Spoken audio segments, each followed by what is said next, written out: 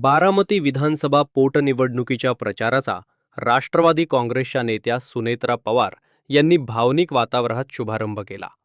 दिवंगत नेते अजित पवार यांच्या जनसेवेचा वारसा पुढे नेण्याचा निर्धार त्यांनी यावेळी व्यक्त केला.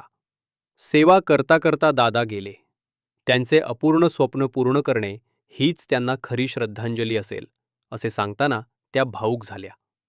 तर बारामतीतील ही निवडणूक केवळ पोटनिवडणूक नसून ऐतिहासिक जबाबदारी असल्याचे सांगत, दादा नसतानाची ही पहिली निवडणूक आहे.